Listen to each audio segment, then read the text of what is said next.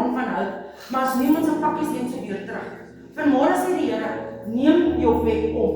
Neem dit wat jou pla, of dit 'n verslawing is, of dit sonde is, of dit nou hartseer, pyn, lydend en lees, wat ook al is, neem dit vandag op.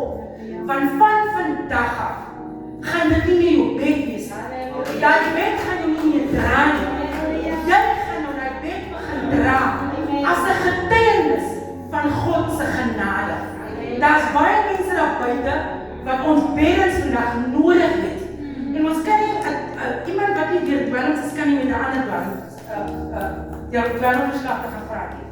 Iemand wat nog nooit alkohol gebruik het, die kan nie 'n alkoholist gaan alles oortuig nie. Die persoon wat die bed gedra het, is die persoon wat kan relate met die persoon wat daardeur gaan.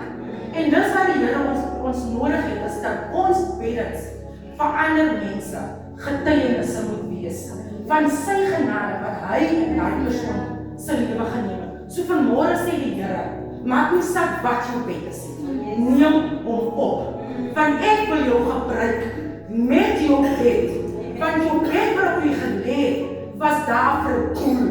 Jy het nie op hom gelê nie, jy het nie vir onnodig deur dit gegaan nie. Vandag wil die Here daai bed gebruik as jou getuienis. Die man kon nie die bed daar laat lê nie. Die Here soek nie 'n plan B nie. As jy weggaan van 'n ding, dan vat jy hom weg en jy kan laat. Jy kan nie omdraai. Die Here sê vir die verlamde man, neem op jou bed. So hy bed moenie 'n plek wees waar hy kan terugkeer.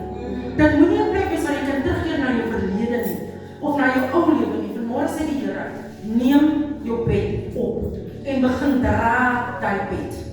Moenie laat die bed jou verder dra nie.